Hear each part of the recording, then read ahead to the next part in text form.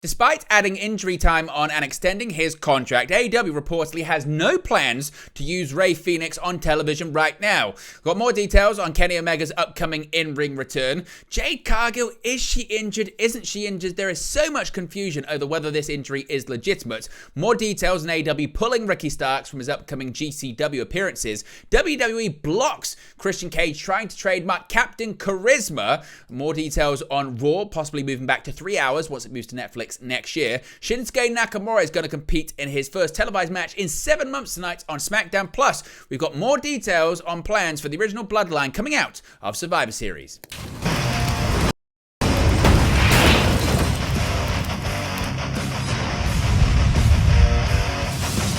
Hey guys, welcome back to Wrestling News 365. Hope everyone is doing very well. As always, there are plenty of news stories to get into in the world of professional wrestling. Let's begin with details regarding Rey Fenix and his AEW future.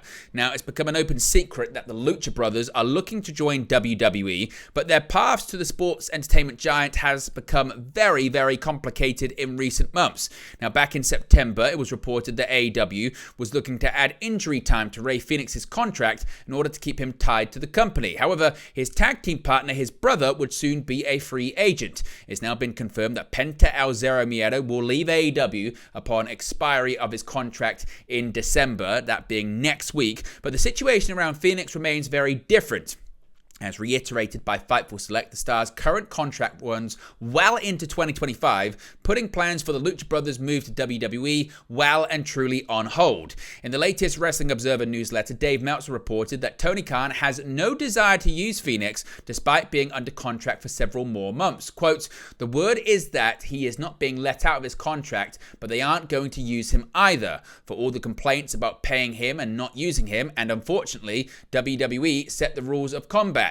If you are in a war with WWE and play by different rules, not only do they see it as weakness, but they'll exploit it to death by going after contracted guys constantly." Now, the company has also taken a similar approach with Absolute Ricky Starks, who hasn't been seen on television since March, despite being fit to wrestle. Not only is Starks being kept on the sidelines, but the company actually took up an option on his contract in the spring to keep him all elite until the summer of 2025. Now, an update as well when it comes to Kenny Omega, an executive vice president of All Elite Wrestling. On November 23rd, it was announced that Kenny Omega will return to the ring at Wrestle Dynasty on January 5th, 2025. The huge cross-promotional show will feature talent from AEW, New Japan Pro Wrestling, Stardom, CMLL, and Ring of Honor just 24 hours after Wrestle Kingdom. At the event, Omega will clash with Gabe Kidd after the pair got into a confrontation at New Japan Power Struggle. Following the incident, the pair took repeated shots at each other in interviews before the AEW star laid down the challenge for a match. By the time he makes it to Wrestle Dynasty, Omega would have been out of action for over a year.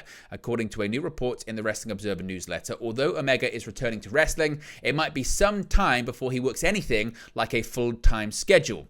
Dave Meltzer noted that Omega is looking to take things slowly at first before upping his work rate. Quote, "A lot of people brought up the idea of why Omega is doing his first match in New Japan, but the January 5th show is a joint show with AEW, and in a sense, it's considered the AEW debut show in Japan, where his return would mean the most.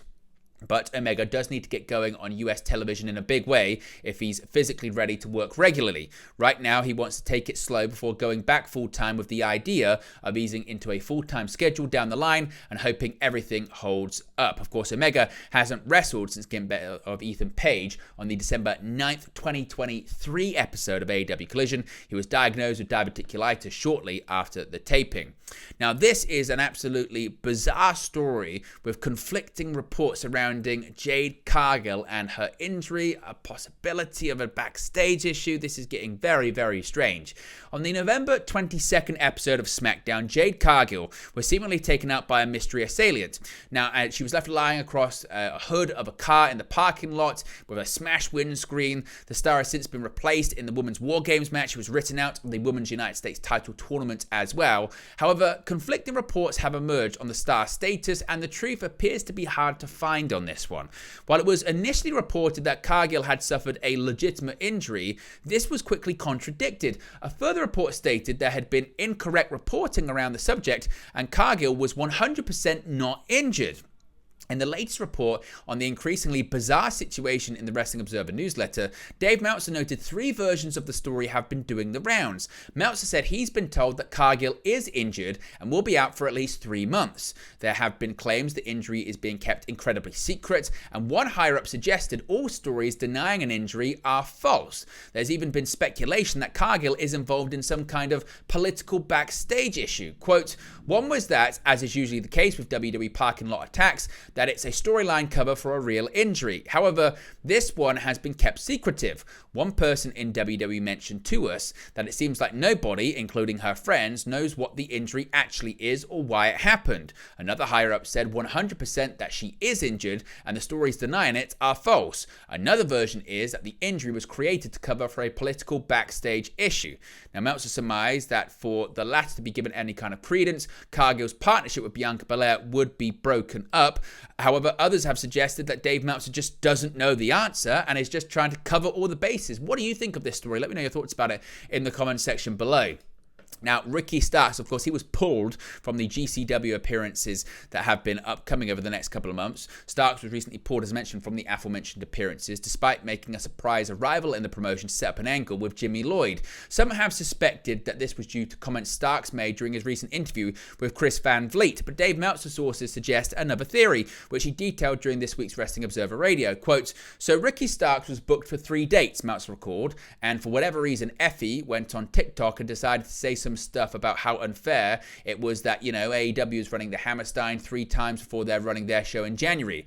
Meltzer further noted that Effie ended up going off on Tony Khan and that he ultimately crossed the line during his rant. Quote, he said that Tony's father pays him to stay away. Meltzer also had the opinion that GCW owner Brett Lauderdale should have told Effie to apologize immediately. However, Brian Alvarez was told that Lauderdale did comment on what Effie said, explaining that the GCW star is absolutely independent and that nothing he says on his podcast or otherwise is endorsed by GCW.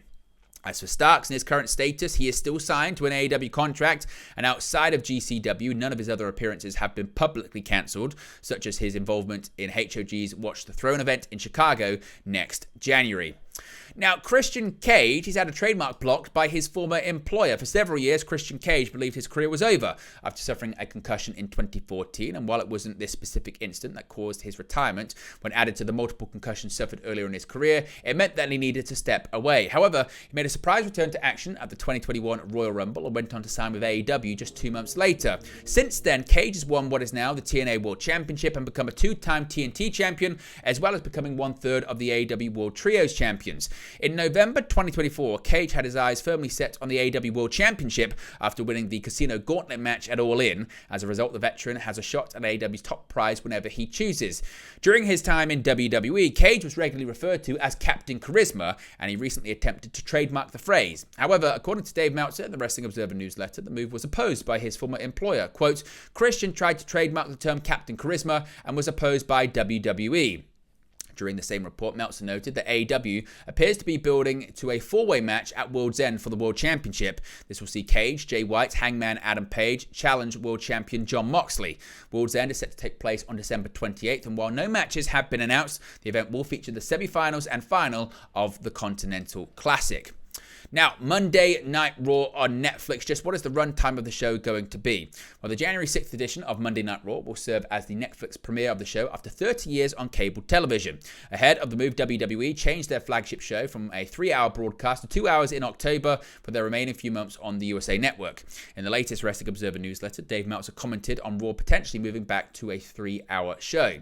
While with Netflix, there's no reason to have a hard run time, and each week can theoretically be different, there are still international deals that have to be considered to remain consistent. The report reads, quote, regarding whether Raw will go to 3 hours, originally, because with Netflix, they don't have a time which they have to hit every week. However, because there are several deals internationally still in place, there are discussions going on regarding having a firm time each week and how to handle the advertising aspect, given there would be a certain amount of ad time and, in theory, more for 3 hours than 2 hours. Of course, as of right now, there's no confirmation on any of this. Of course, once we find out, we shall let you know.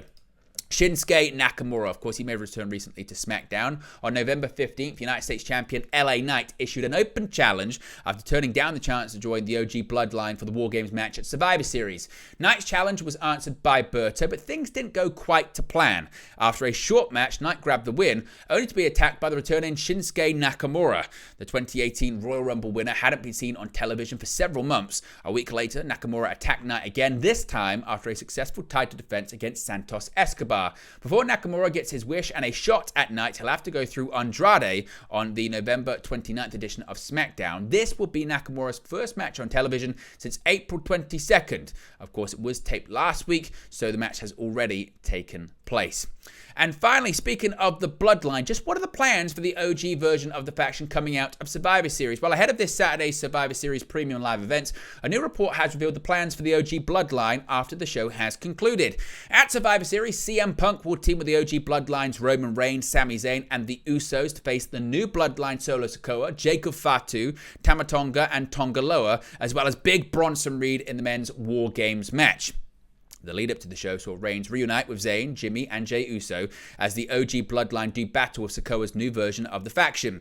On the latest episode of WrestleVotes Radio, it was noted that WWE wants the OG Bloodline to stay connected on television throughout the winter. The report also notes that Roman Reigns, Sami Zayn, and the Usos as a united group will likely be a focal point for the early days of Monday Night Raw on Netflix beginning on January 6th. WrestleVotes said, quote, "We are hearing that the plans for the OG Bloodline are to remain somewhat connected throughout the winter, as the group won't be disbanding completely post-Saturday Night Survivor Series. It is expected by many that the Bloodline story will be a focal point of the early Netflix Raw shows, so they brought all these guys back together, the Usos, Sami Zayn, not CM Punk. I don't believe he'll be a part of it, but the fall with Roman Reigns included, that story is going to remain all the way through the winter into the Royal Rumble and things of that nature. So excited to see where this goes, as Saturday night likely won't be the end of either side of the Bloodline. Now, Roman Reigns is set to sit down with CM Punk ahead of Survivor Series tonight on SmackDown. Of course, we'll deal with the fallout of that in tomorrow's video.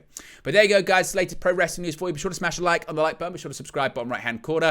As always, let me know your thoughts in the comment section below, and I'll speak to you again very, very soon. Hey guys, thank you for watching, listening, streaming, or however you come across this video today. Be sure to click on the video on the right there to watch our next video, or click the bottom there to subscribe, or the bottom right-hand corner. Thank you very much, and I'll speak to you again very soon.